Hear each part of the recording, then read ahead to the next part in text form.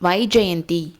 வழித்துணையாக வந்த இந்த மனுஷன் எந்த மயூரசன்மன் பற்றி சொல்லிட்டு வந்தானோ அதே மயூரசன்மன் பற்றி புத்த பிக்ஷு ஏற்கனவே சொல்லியிருக்காரு. ஆனால் அவர் சொன்னதுக்கும் இவர் சொன்னதுக்கும் நிறைய வித்தியாசம். புத்த பிக்ஷு சொன்னதை கேட்டு மயூரசன்மன் மேலே அருவருப்பு வந்த பரஞ்சோதிக்கு இப்போ இந்த வரலாற்றை கேட்டதும் அவனுக்கு மயூரசன்மன் மேலே பல மடங்கு மரியாதை வந்துச்சு. அப்பேற்பட்ட வீரர் பல்லவ அரசன் முன்னாடி சரணடைய மறுத்திருப்பான். அரசருக்கு எதிராக இருக்கிறவங்கள பூமியில் புதைச்சி யானையோட காலால் இடறச் செய்கிறது தானே வழக்கம். பல்லவ ராஜாவும் அப்படி செஞ்சுட்டாரான்னு கவலையாக கேட்டான். இல்லை தம்பி, இல்லை. மற்ற ராஜாக்கள்னா அப்படி தான் செஞ்சுருப்பாங்க. ஆனால் காஞ்சி மன்னர்கள் கொஞ்சம் வித்தியாசமானவங்க. மயூரசன்மனை மன்னிச்சதோட அவனோட வீரத்தையும் மெச்சி ஸ்ரீ பர்வதமில் அவன் உருவாக்கின ராஜ்யத்தை அவனுக்கே கொடுத்துட்டாரு. அவரே நேரில் போய் முடிசூட்டிட்டும் வந்தாருன்னு சொன்னான். அப்படியான்னு பரஞ்சோதி வியப்பா கேட்டான். அதுக்கப்புறம் மயூரசன்மன் நன்றி உணர்வோடு இருந்தானா? மயூரசன்மன் மட்டும் இல்லை, அவன் உருவாக்குன கதம்ப வம்சத்தில் பிறந்த எல்லாரும் கடந்த 200 வருஷத்துக்கு மேலே பல்லவர்களுக்கு கப்பம் கட்டி நன்றியோடு இருந்து வந்தாங்க. கிருஷ்ணா துங்கபத்ரை நதிக்கரை ஓரமாக அவங்களோட ராஜ்யமும் பெருசாயிட்டே வந்துச்சு. கொஞ்ச நாள் கழித்து வைஜெயந்தின்ற ஊரை அவங்களோட தலைநகரமாக ஆக்கிக்கிட்டாங்க. அவங்களுக்கு ஏதாச்சும் ஆபத்துன்னா பல்லவ மன்னர்கள் உதவி செஞ்சுட்டு வந்தாங்க. 200 வருஷத்துக்கு முன்னாடி புலிகேசியோட சித்தப்பா மங்களேசன் கதம்ப ராஜ்யத்து மேலே படையெடுத்த விஷயம் தெரியுமான்னு கேட்டார். தெரியாதே, அது என்ன விஷயம்னு ஆவலாக கேட்டான் பரஞ்சோதி.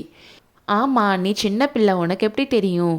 இப்போது ராட்சச ரூபம் எடுத்து பல்லவ சாம்ராஜ்யத்து மேலே படையெடுத்து வரானே இந்த புலிகேசியும் அவனோட தம்பிகளும் சின்ன பிள்ளைகளாக இருந்தப்போ இவங்களோட சித்தப்பா மங்களேசன் வாதாபியாக ஆட்சி பண்ணிட்டு வந்தான். அவனுக்கு திடீர்னு வெளிநாடுகளை கைப்பற்றி பெரிய சக்கரவர்த்தி ஆகணும்னு ஆசை வந்துச்சு. அதனால் அவன் கதம்ப ராஜ்யத்துக்கு படையோட போனான். அப்பவும் பல்லவ சைன்யம் உதவி பண்ண போச்சு. வைஜெயந்திக்கு பக்கத்தில் பெரிய போரே நடந்துச்சு. போரில் பல்லவ சைன்யம் தான் ஜெயிச்சிச்சு.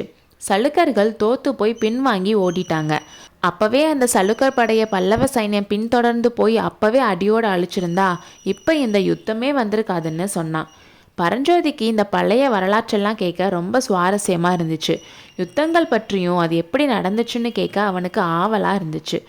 தோல்வி அடைஞ்சு ஓடின சலுக்கர் படையை ஏன் பல்லவ சைன்யம் துரத்திட்டு போகலன்னு கேட்டான் பரஞ்சோதி. அதுக்கு நிறைய காரணம் இருக்குது. அதில் ரொம்ப முக்கியமானது, அந்த யுத்தம் நடந்தப்போ பல்லவ சேனாதிபதி இறந்துட்டாருன்னு சொன்னான். ஐயா, அந்த வீர சேனாதிபதியோட பேர் என்னன்னு கேட்டான்.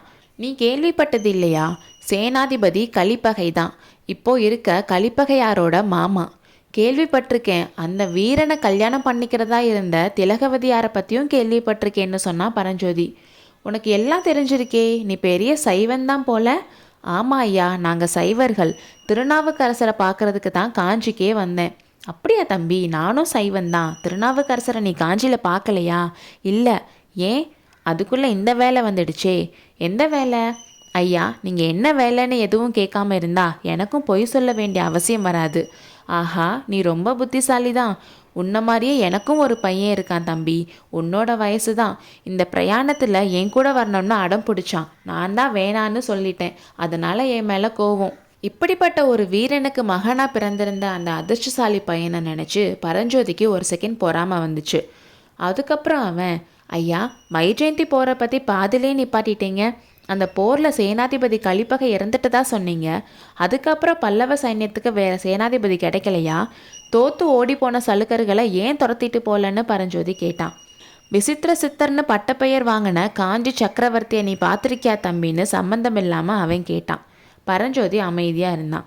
விசித்திர சித்தர் அந்த காலத்தில் உண்மையிலேயே விசித்திரமாக இருந்தார்.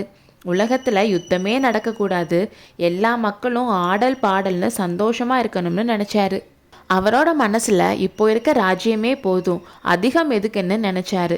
அந்த நேரத்தில் புலிகேசி கிட்ட இருந்து சமாதான கொடியும் வந்தனால யுத்தத்தை நிறுத்த சொல்லிட்டாரு. புலிகேசி எப்போ அரசனானான்னு பரஞ்சோதி கேட்டான். புலிகேசி சித்தப்பா மங்களேசன் ராஜ்யத்து மேலே இருந்த ஆசையால் புலிகேசியையும் அவனோட தம்பிகளையும் சிறையில் அடைச்சி வச்சுருந்தான். மங்களேசன் வைஜெயந்திக்கு வந்தப்போ அவங்க சிறையிலேருந்து தப்பிச்சிட்டாங்க.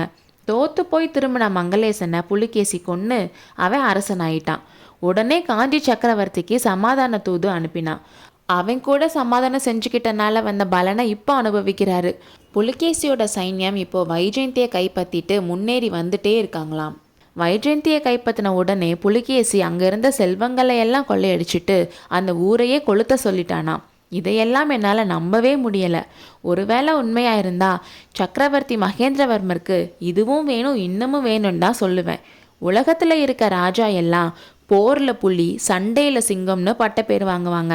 ஆனால் காஞ்சி சக்கரவர்த்தி மட்டும் சித்திரக்கார புலின்னு பட்டம் வாங்கியிருக்காருல்ல. அவருக்கு இதெல்லாம் தேவைதான்னு சொன்னான் அந்த மனுஷன். அப்போவும் எதுவும் பேசாமல் அமைதியாகவே இருந்தான் பரஞ்சோதி. வைஜெயந்தி ஊரை எரிச்சிட்டாங்கன்ற செய்தி அவனுக்கு ஒரு மாதிரி இருந்துச்சு. அப்போ அந்த மனுஷன், தம்பி நீ எங்கே போகிற எதுக்கு போகிறன்னு கேட்கல, ஆனால் இன்னைக்கு ராத்திரி எங்கே தங்குறதா இருக்குன்னு சொல்லலாம்லன்னு கேட்டான். இந்த மலையை தாண்டினதும் மகேந்திர விடுதின்னு ஒன்று இருக்கிறதா சொன்னாங்க, அங்கே தங்கலான்னு இருக்கேன்னு சொன்னான். அங்கே பாரு, அந்த வெளிச்சம் வர வீடு தான் மகேந்திர விடுதி. நானும் இன்றிரவு அங்கே தான் தங்கப் போகிறேன் என்றான் அவ்வீரன். அடுத்த அத்தியாயத்தில் சந்திப்போம்.